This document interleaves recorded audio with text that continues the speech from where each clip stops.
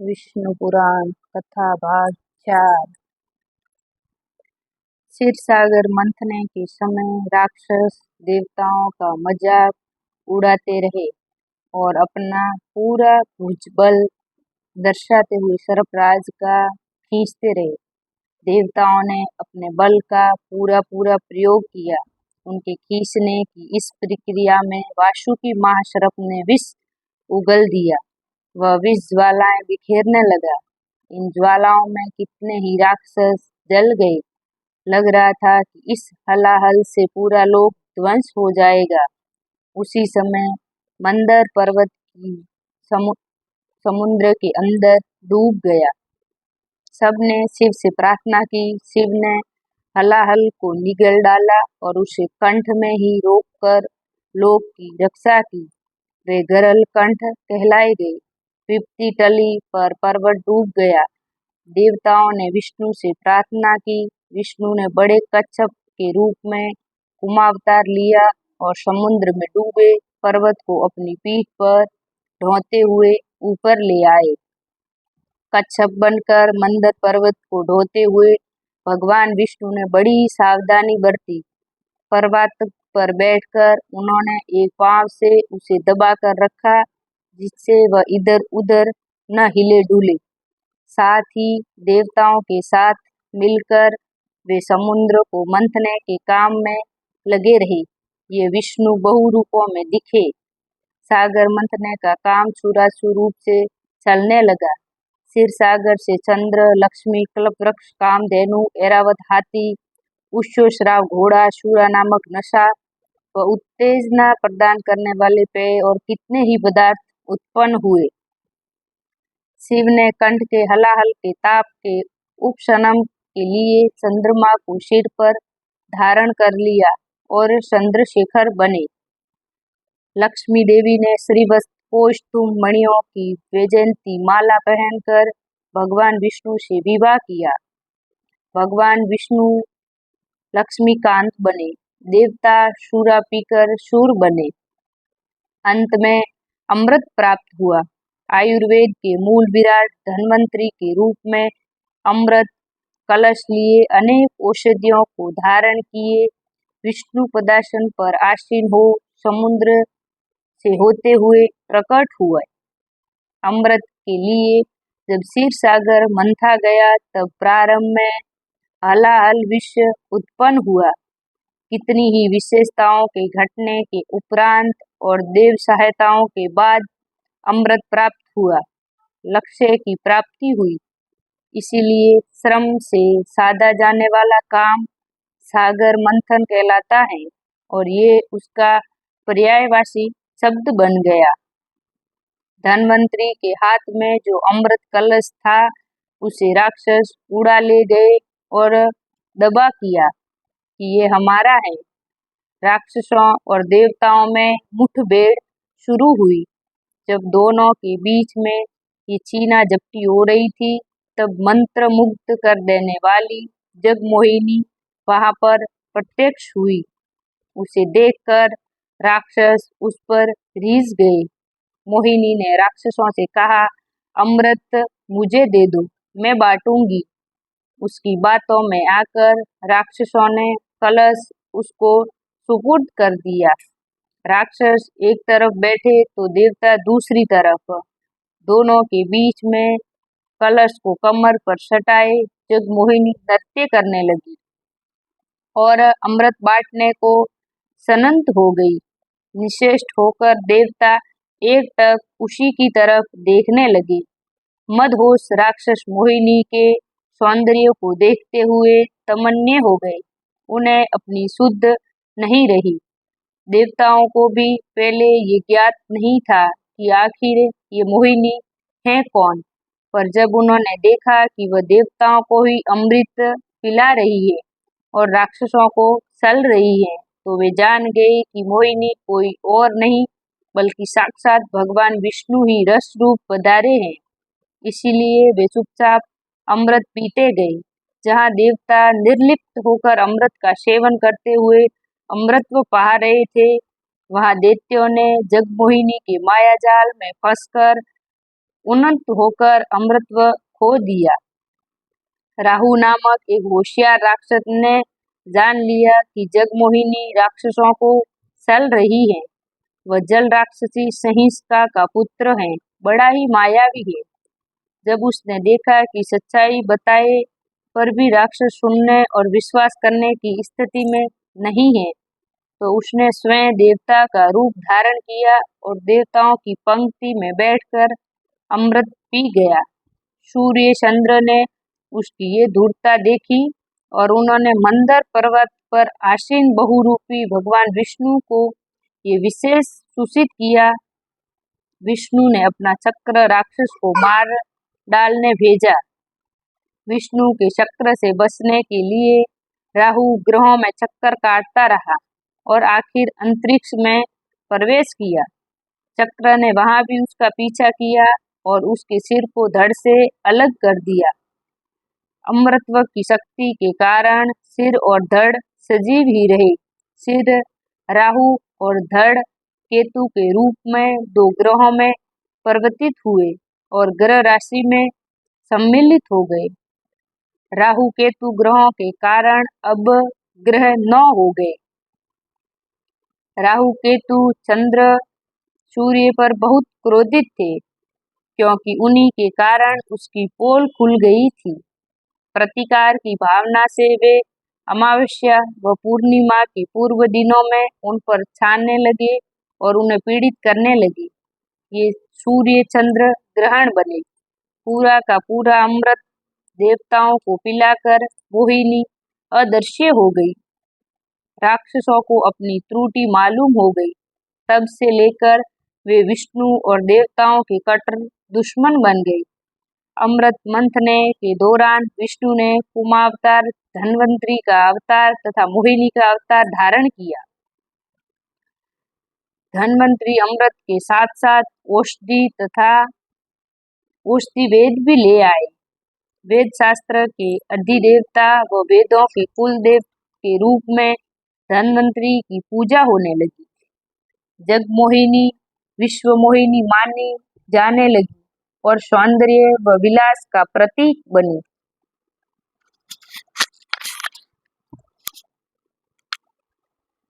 नारद मुनि जगमोहिनी अवतार की प्रशंसा करते हुए जगमोहिनी राग को महती वीणा पर झंकृत करते हुए कैलाश गए।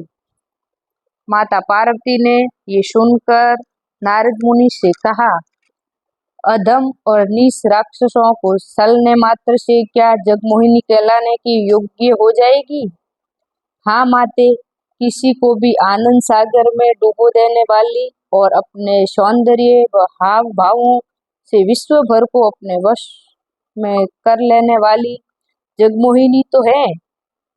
कहते हुए नारद मुनि वहां से चले गए। पार्वती ने ये बात भगवान शिव से बताई। शंकर मुस्कुराते हुए चुप रह गए। बाद में पार्वती के साथ नंदी वाहन पर आसीन होकर वैकुंठ गए और विष्णु से कहा, तुम्हारे जगमोहिनी अवतार को देखने की मेरी तीव्र आकांक्षा है। इसी उद्देश्य से यहाँ आया हूँ। संकट के निवारण के लिए कोई न कोई वेश धारण करना ही पड़ता है। तुम्हारे लिए भी ये बाएं हाथ का खेल है। विष्णु ये कहते हुए अंतर्ध्यान हो गए। इतने में शिव ने जगमोहिनी को थोड़ी दूरी पर फूलों की गेंद से खेलते और गाते हुए देखा। भगवान शिव सब कुछ भूल गए और उसके पास गए, पर जगमोहिनी उनके हाथ नहीं आई और वह विश्व आकाश में घुस गई। हाथ फैलाते हुए शिव उसका पीछा करने लगे। पार्वती स्तंभित होकर ये दृश्य देखती रह गई। शिव मोहिनी के इस लीला विनोद को ब्रह्मा आदि देवता बड़े साव से देखने लगे। नंदी निश्चिष्ट होकर देखता रहा। नारद मुनि महती वीणा पर शिव रंजनी राग को झंकृत कर रहे थे। आगे आगे जगमोहिनी और पीछे पीछे भगवान शिव दौड़ते हुए गए और कुछ ही समय में दोनों दिखाई नहीं पड़े। माता पार्वती कैलाश पर्वत पहुंची। जगमोहिनी तेज मंडलों से होते हुए शिव को पूरे विश्व में घुमाया और कैलाश पहुंची।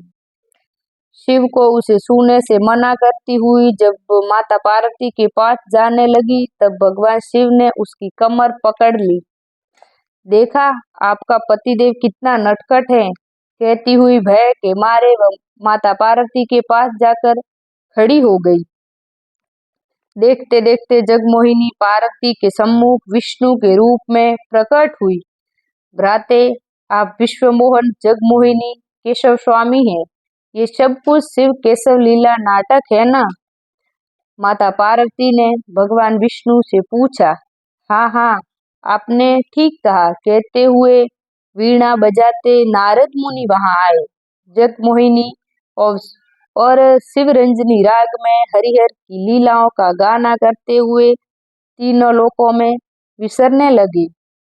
भगवान शिव ने विष्णु से कहा, अमृत भुलाकर राक्षस तुम्हारे जिस जगमोहिनी रूप को निहारने में मग्न हो गए, उसकी प्रशंसा करता हूं मैं। रस पिपासा असुरों की धरोहर है। विष्णु ने मुस्कुराते हुए माता पार्वती से कहा, कहीं ऐसा न हो जब हमारी गंगा भविष्य में आकाश से पृथ्वी पर उतरने जा रही हो, तब तुम्हारे पतिदेव उसे कहीं तुम्हारी सौतन न बना ले। कहते हुए भगवान विष्णु अदृश्य हो गए। इसके बाद कालक्रम में भगवान विष्णु ने कर्दम प्रजापति देवहूति का पुत्र बनकर कपिलावतार लिया।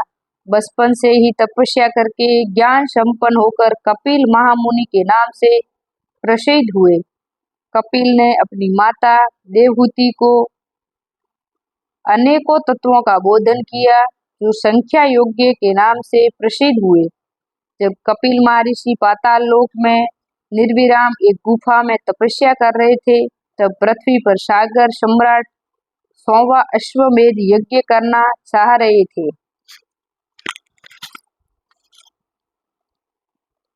इंद्र ने यज्ञ के अश्व को उस गुफा में छिपा दिया जिसमें कपिल महर्षि तपस्या कर रहे थे। सागर के हजारों पुत्र घोड़े को खोजते हुए पाताल लोक में पहुंचे। वहां उन्होंने कपिल महर्षि की गुफा देखी। उन्होंने उन पर आरोप लगाया कि उन्होंने ही घोड़े की चोरी की है और उनका तप जप केवल ढोंग है। कपिल ने आंखें जब खोली, तब उसके सामने सब जलकर राख हो गए थे।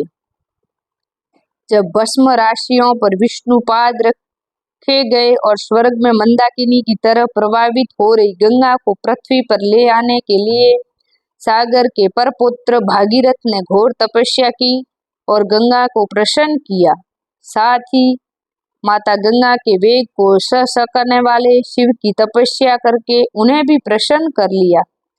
गंगा अवतरण के समय गंगा देवी को देखकर भगवान शिव उस पर मुग्ध हो गए और उसे अपने जटाजूट में कसकर बांध लिया। फिर भागीरथ की प्रार्थना पर उसे थोड़ी मात्रा में बहने दिया।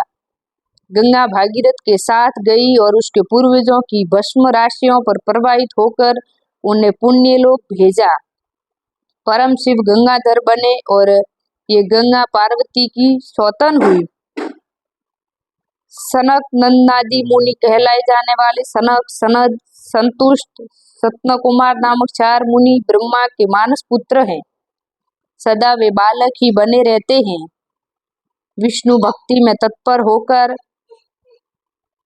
गुणगान करते हुए लोकों में विचरते लगे।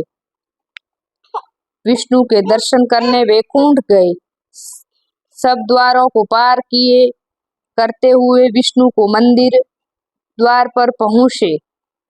विष्णु के ही रूप के जय विजय वहां के द्वारपालक हैं। उनके 4-4 हाथ हैं। उन हाथों में चक्र, शंख, गदा व अभय मुद्राएं। उन पर दोनों ने मुनियों से कहा कि अब ये अंदर जाने का समय नहीं है।